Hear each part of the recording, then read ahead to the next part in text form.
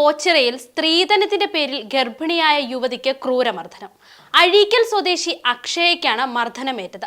മുഖത്തും ശരീരത്തിലും പരിക്കേറ്റ യുവതി നിലവിൽ ആശുപത്രിയിൽ ചികിത്സ തേടിയിരിക്കുകയാണ്. ഗർഭം അലസിപ്പിക്കാനായി ഭർത്താവ് അടിവയറ്റിൽ ചവിട്ടിയതായി അക്ഷയ പറയുന്നു. 8 മാസം മുൻപായിരുന്നു അക്ഷയയുടെ വിവാഹം. CRPF ജവാനാണ് അക്ഷയയുടെ ഭർത്താവ്. 28 പവൻ സ്വർണവും 11 ലക്ഷം രൂപയുമാണ് സ്ത്രീധനമായി നൽകിയത്.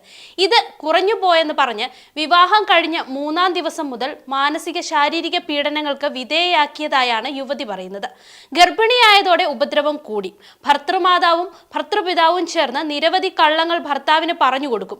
ഇത് കേട്ട് ഭർത്താവ് തന്നെ മർദ്ദിക്കും.